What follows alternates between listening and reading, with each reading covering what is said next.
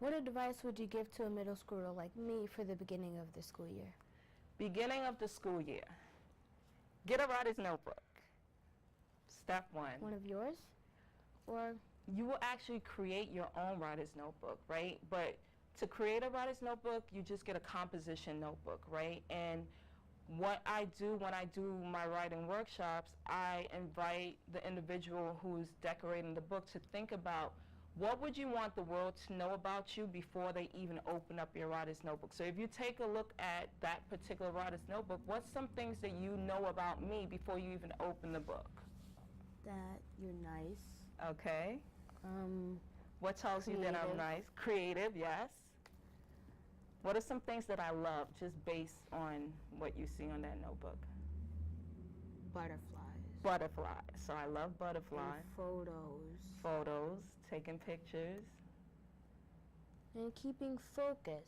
Keeping focus. So coming back to the advice to a middle schooler, right? Your notebook can be a place to help you remain focused, right? Write it down. Write your thoughts down. Go back, reflect. Okay, that would be the first advice that I would have. Get a writer's notebook, decorate it, tell the world who you are before they even enter into the book, and write things down, right? Your thoughts, your questions. You can be reading a book and something speaks to you. Go back into your writer's notebook and reflect on it. The second advice that I will give to a middle schooler is to observe your friends, right? I have 3 kids of my own, and my youngest daughter, she's 9.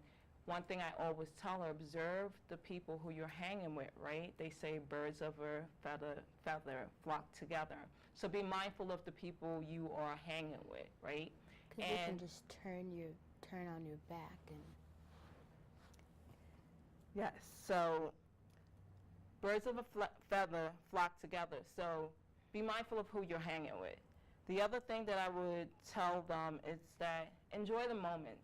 The moments in middle school go by so quickly that you need to understand that every day that you have above ground is a day worth living. So enjoy it. Enjoy being a middle schooler.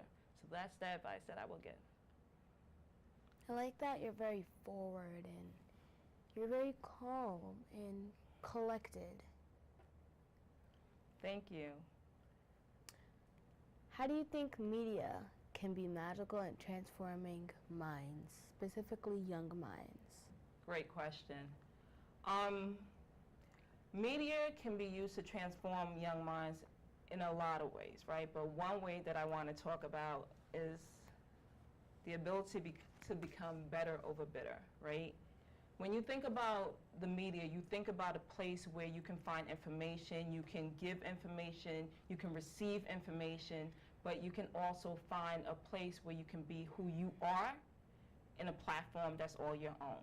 So it's a place where you can claim who you want to be in this life and just push it out to the world so they can receive a message that's good. So I wanted to actually give you one of my Better Over Bitter shirts today. This is a movement that I'm starting right now. Really? Yes. And this movement is about taking the pain from life, turning it into passion, and giving your passion a purpose in this world. So think about social media as a place to give your passion purpose in this world, right? So what you're putting on social media is going to be there for a lifetime, right? So whatever you put out into this universe, you should want it to grow.